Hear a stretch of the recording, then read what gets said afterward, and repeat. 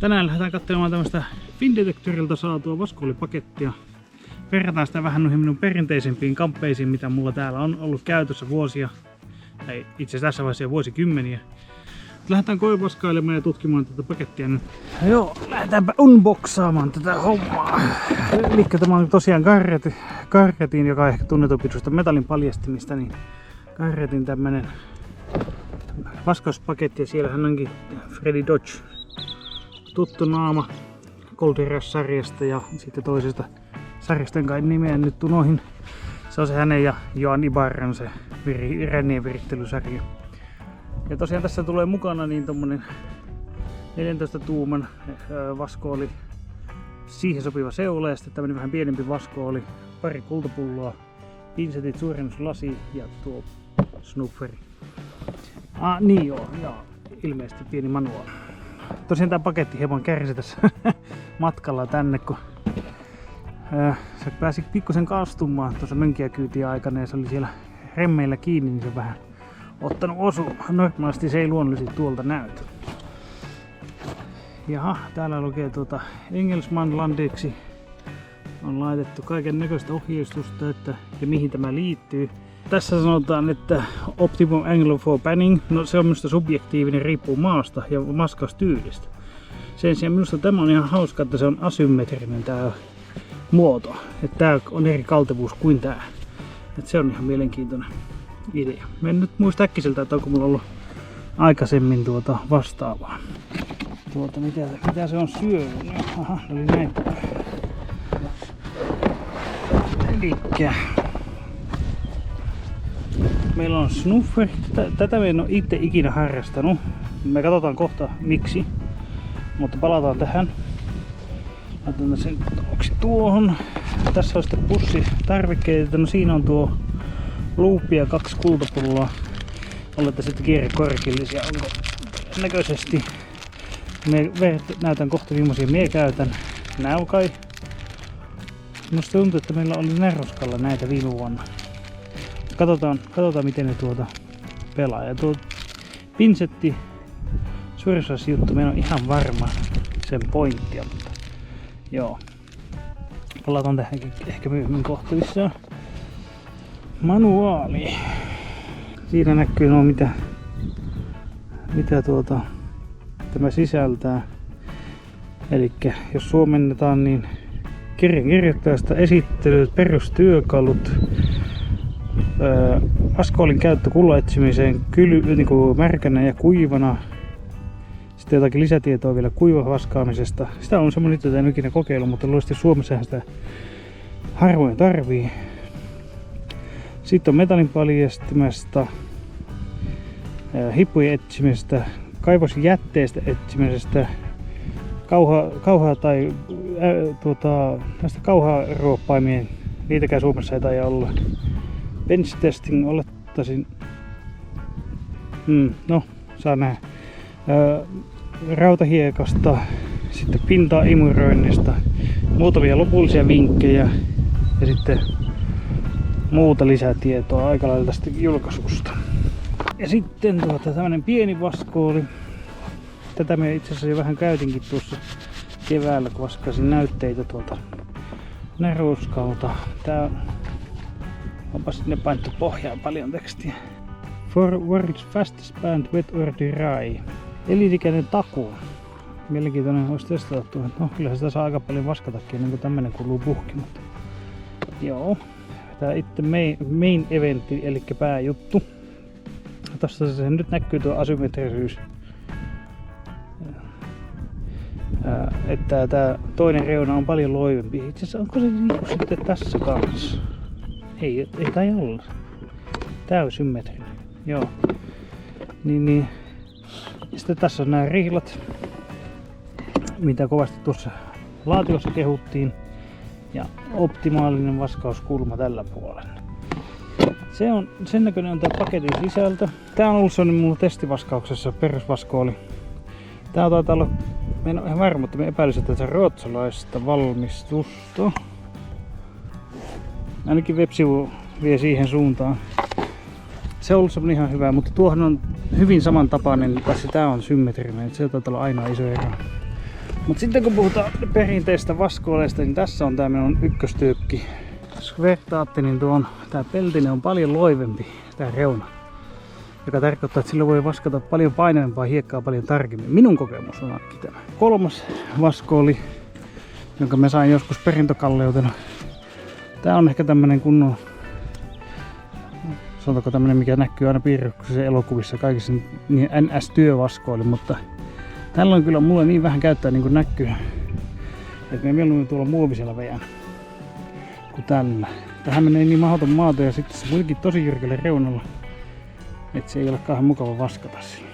Ja sitten mitä tulee seuloihin, niin on tämmönen perintönä saatu ämpäri, johon on pohjaan liimattu verkko kiinni. Nyt se on tosi irti, pitäisi liimata uudelleen. Mutta se hoitaa tuon hommaa aika lailla. Tätä ei nyt tosi voi käyttää tällä hetkellä, kun se pitäisi ensin korjata. Mutta ei siinä, otetaan vähän hiekkaa tuosta mukaan ja lähdetään tuonne vaskauspaikalle kokeilemaan näitä karjatin vehkeitä. Mä ajattelin, että aloitan tuosta pikkupannusta. Tästä näin. Heitetään tosta pikkusen maata. Fiilistellä vähän, että miten se soveltuu ihan tämmöisen perusmaahan. Näihin olisi hyvä laittaa tilkka saippua aina aluksi. Muistaakseni tämmönen uusi muovi, niin se on vähän hydrofobista. Ei halua vesi pysyä siinä oikein kunnolla. Katsotaan, jos mä saan tähän pikkusen hiekkaa.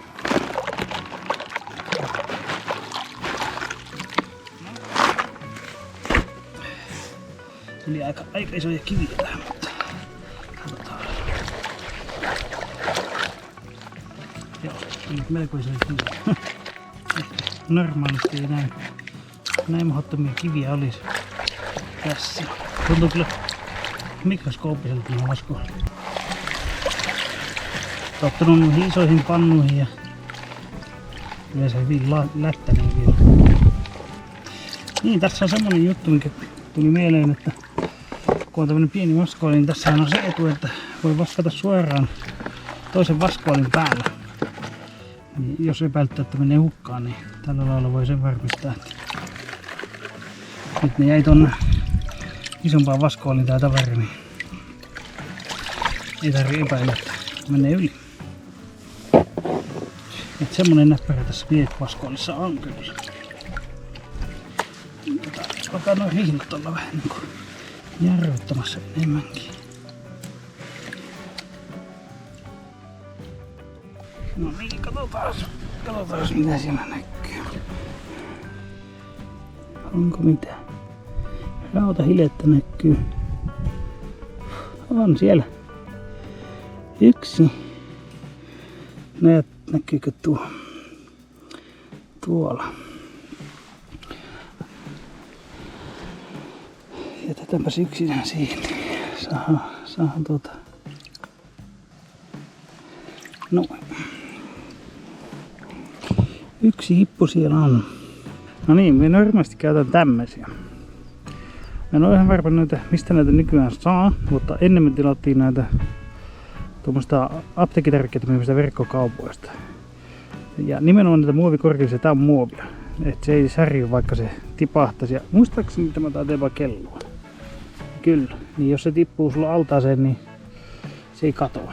Jotkut pullot nimittäin esimerkiksi lasinen, muistaakseni ne vajoaa pohjaan. Ja se on vähän vaikea sitten löytää sieltä montosta. No nyt meillä on tuo hippu tuolla.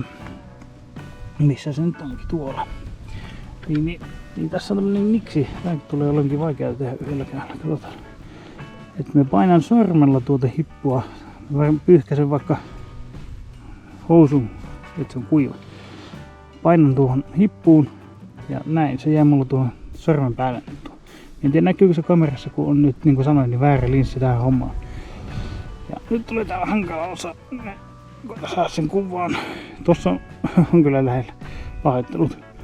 Mutta mä laitan sormen ja nyt se hippu on tuolla sormen kärjessä ja pulloon. Mä kallistan pulloa ja rävistelen kännenpäin, se meni pulloon nyt. Kyllä mä sinne meni. Korkki kiinni ja siellä se on. Tällä lailla mä oon tosiaan tehnyt poiminut hipput talteen tähän mennessä. Mä en oikein tommoseen snuffer-pulloon ikinä tarvinnut puuttua. Mä en ole ihan varma mikä se ideaali käyttökohde on, koska jos vaskailee yksinään, niin tuntuu, että tää on ihan riittävä menetelmä. Voi mitään 1, 2, 3. Tuossa äskenkin aikaisemmin tänään vaskailin 8 hippua, niin ei se ole iso homma sormella. Ne voi vaikka kasata kerran ja sitten yhdellä tökkäisyllä niin suurin osa jää sormia. Ja ne on pullossa. Tästä vaskoilasta vielä, tästä pikkusesta karretista, niin kuin nähtiin, niin kyllä täällä kultaa löytää, no problem. Ja mikä tässä on bonuksena, niin voi vaskata siinä toisen vaskoilin päällä. Minusta se on ehkä semmoinen kurkujuttu, kun on monesti, että varsinkin alussa, jos vähän epäilyttää, että löytääkö vai eikö, niin siinä voi turvallisesti vaskata. Ja on niin kuin luonnosta aina mukana se backup tavallaan. Tässä voisi katsoa, ettei laita kovin kivisistä maata. Sen verran pieni vaskoili hankala pessintäkiviä, että ehkä sitä varten käyttää tuota seulaa ja laskee tänne, mutta tuossa seulassakin vähän vaikea. Tää pohja varmaan ei ole saman kokoinen, veikkaisin, katsotaan. Jos sulla on vaskoili niin se seulot. No se on justiin. Onkohan liian suunniteltu peräti? Joo, kyllä se varmaan toimii itse asiassa. No niin, eli se on ajateltu. Karretti on hyvin senkin ajatellut, että se käy tuohon pikkuvaskooliinkin. Mutta otetaan seuraavaksi tuo iso vaskooli ja otetaan vaikka aluksi niin ilman seulaa. Ihan raakaa maata. Ja katsotaan mitä tapahtuu. Ja sitten voitaisiin kokeilla tuota snufferia ja käyttää näitä karretin omia pulloja. Otetaan hiekkaa. Vaikka tuon verran. No joo, no pikkusen lisää. No. En omista tämmöstä, mutta meillä on ollut siellä Näköskalla näitä käytössä. Ja muistaakseni tämä on hyvä pannu. Tosi tuntuu kevyemmältä kuin ne mustat, mitä mulla on nyt aamun tuossa semmosella vaskailun. Ja oletan, että tällä jyrkemmällä puolella voi vetää tämän alun ja sitten kun lähestyy tuo loppu, niin vaihtaa tuonne tälle loivalle puolelle, jota se sanoi, että on optimaalinen. Katsotaan nyt. Yleensä loivempi meinaa se, että se on vähän tarkempi. No nyt alkaa loppu lähestymään tässä. Onko vielä yksi satsi kiviä pois. Muistetaan katsoa, minkä näköisiä kiviä ne on. Ei ole kultaa, niin sitten vaihtan puolta. Joo, tää on kyllä mukavampi heti kun tää on loivempi vaskata tällä puolella. Tässä ei tule liikaa tuota kaatua, niin kerkeää näkemään.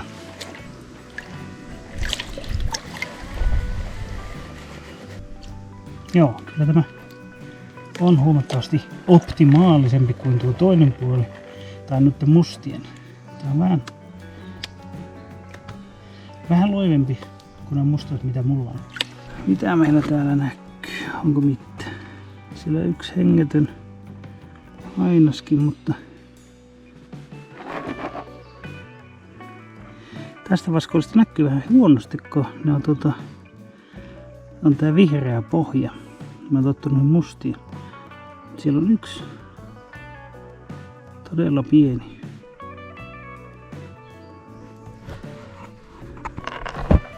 En tiedä, näettekö te, mutta tuossa sormen päässä aika lailla näkyy yksi kimatelle. Joo. Mutta se vihreässä pohjassa on kyllä se hyvä puoli. Tästä näkyy tuo rautahiekka paremmin. Mullahan on myös yksi sininen vaskoili. Siinä on sama juttu, että siitä näkee se rautahiekan aika hyvin. Mutta ei ollut tosiaan kuin yksi hengetön, mikä... No ei se huono ole, mutta tuossa paikasta yleensä tulee semmoista 3 ja 4. Niin, no kokeillaan tätä luuppia tässä, niin kyllähän sillä näkee hiput tuolta hyvin. En tiedä välittyykö se tähän kameraan, mutta tuossa se on nyt näkyy ainakin mulle silmälle tuo luupin läpi hippu tai hengetön. Kovin on pieni kyllä, mutta siellä se on. Joo. Ei tuolla näillä pinseteillä, niin ei tuota hippua kyllä poimi, se on sen verran pieni. No niin, tässä on nyt tämmönen karretin näitä mukana tulleita pulloja. Tässä on nyt tämä surullisen kuuluisa kierrekorkki. Kun näistä minä en oikein itse tykkää näistä kierrekorkeista monestakin syystä. Ensinnäkin, sulla on paljon... kamera ottaa jonnekin ihan muualle. Sulla on paljon pientä kultaista tuppaa jäämään tuonne kierteisiin, jos se pullo on sulla näin, niin kuin korkki alaspäin taskussa. Ja sitten kun sä käännät sen oikeinpäin, niin ei tukkaan kaikkea. Sitten sä lähdet aukaisemaan. Pahimmalla tapauksessa varisee alas, jos et ole tarkkaamaan. Toki vettähän siinä aina pitää olla. Muistaakseni näin on jopa auennut taskussakin vahingossa. Tääkin tuntuu vähän tämmöiseltä pikkusen rimpulalta tää korkki. Mä suosittelisin noita pulloita tuosta pikkusen vettä tuon. Niin on helpompi ottaa tuo hippu tuolta talteen. Mut joo, me en itse oikein näille lämpene just tästä syystä tässä sen kierteessä. Kyllä se väliaikaisesti toimii toki. Me epäilen, että tässä on yksi pointti, että tuon snufferi saa tyhjennettyä tänne helpommin. Että se voi olla. No niin, mennään samalla strategialla kuin äsken. Eli hippu on tuolla. Ja mulla on nyt tää pullo tässä. Ja tosiaan näitähän oli 2, mutta mennään toisen koske, kun se on ihan samanlainen. Painan sormella tuohon. Ja noin, se taisi jäädä sinne. Joo, siinä on sormen päässä. Laitan tuohon sormen ja vähän ravistelen nähtisormesta korkki kiinni. Onko se siellä? Kyllä se pitäisi olla. On se siellä, joo. Siellä se on, eli tuolloin saa ilman tuossa snufferia. Nyt olisi se kokeiltu. Kokeillaan sitten seuraavaksi otetaan tää vaskooli. Ja tuolla seulalla laitetaan siihen vähän seulatumpaa hiekkaa. Näihin on näitä seulojen käyttämisen monia tapoja. Että kuivalla maalla, mutta onko se nyt tämmöiset, että pistää sen suoraan vetteen. Sinne vaan tavaraa.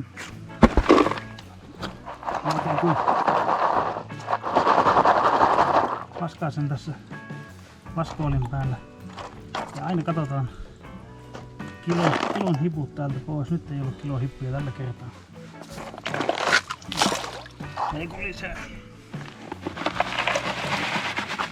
Noin, se loppukin ämpäri siihen.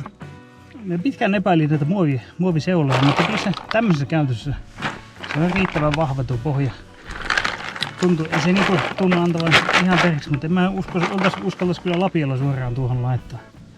Voi olla, että menee läpi, jos sattuu isompi kiviona.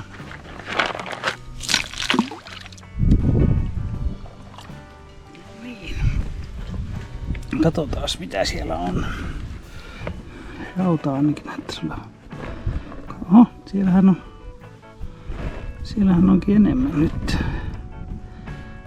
Mitäs noita on? 5 ainakin. 6, 7. En tiedä näkyykö, mutta ihan hyvä satseli tässä loppuhiekassa. Toki siinä oli vähän enemmänkin hiekkaa kuin äsken. Et sinänsä.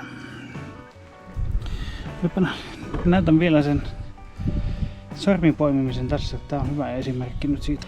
Nyt kun mä nähdään, että tuolla on kultaa, tuolla, niin voidaan vettää näitä tuonne samaan nurkkaan. Nyt ne on tuossa nätisti läjässä.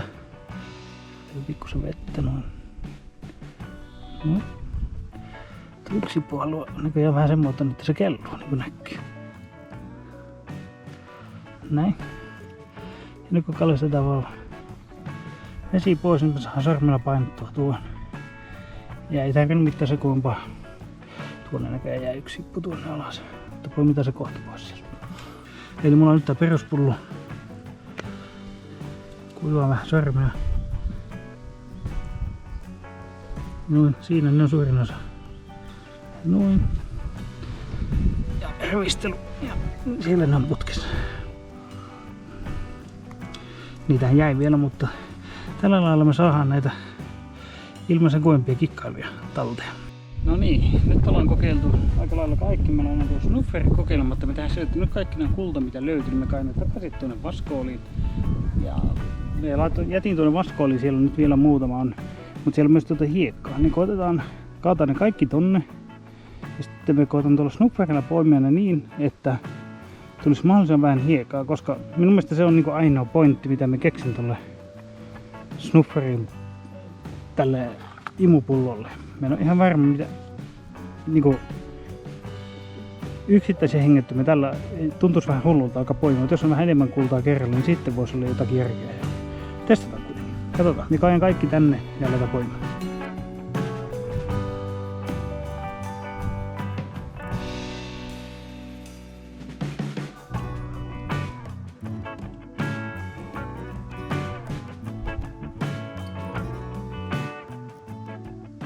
No niin, nyt se kaikki kulta on tuolla ja Murhainenkin näkyy kävi katsomassa sitä. Nyt kokeillaan sitten tätä.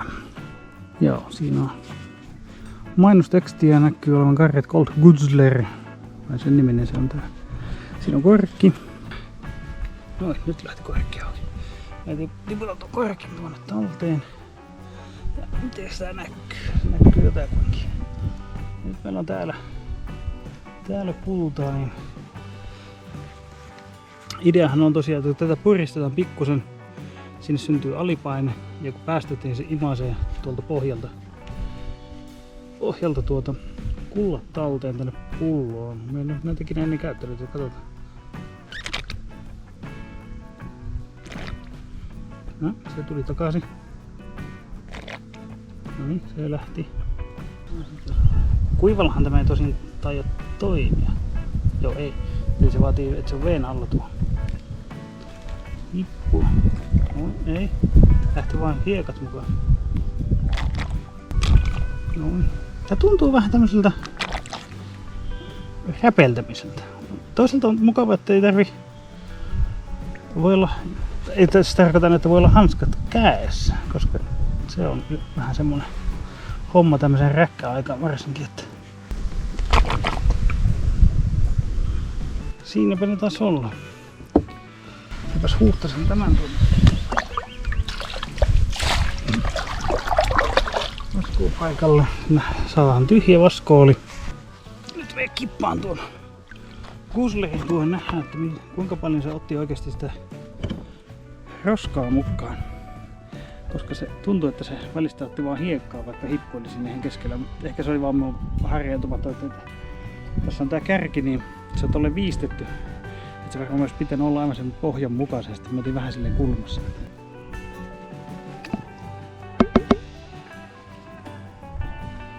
Nyt on vaikea sanoa, että tuliko kaikki.